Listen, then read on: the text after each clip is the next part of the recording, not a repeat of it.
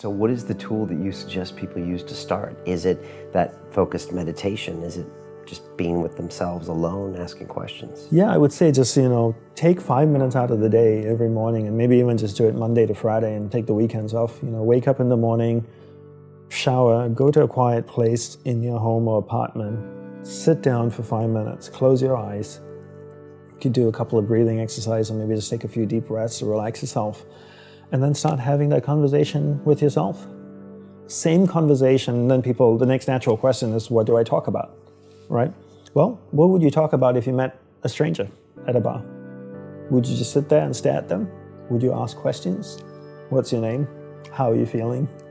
What do you think about the election in America? Ask yourself these questions. Have a conversation the same way you would have with a stranger with yourself. And when you have that conversation every day, the initial conversations would be very superficial. Of how I'm feeling today, I'm hungry, didn't like that show we watched last night. And then after a week, we're not going to be talking about that. If we met once a week for 6 months, by month 3 or month 4, our conversations would be so much deeper, right? We'd be talking about much more personal stuff. And then you'd really get to know yourself. Right, and you're diving deep and just trying to find out what you really want, what motivates you, right? Who you are, how you're treating the people you love. Exactly. How you're treating yourself. Right.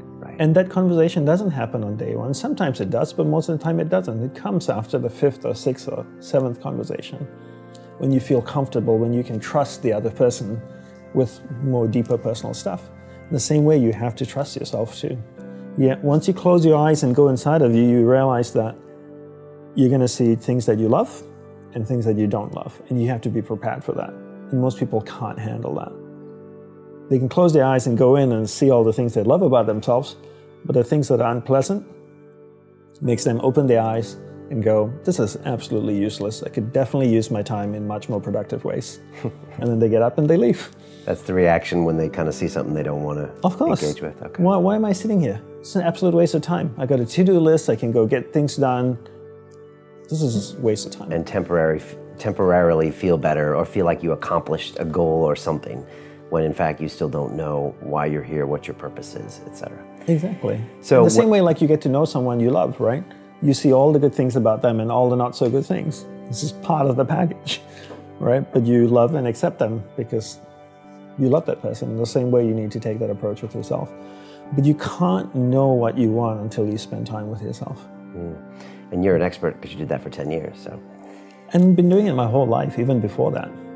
As a child growing up, I spent a lot of time with myself, inquiring of what I wanted and what's my purpose in life. And I became very, very clear about it from an early age. And that's why I could leave everything behind and go pursue that.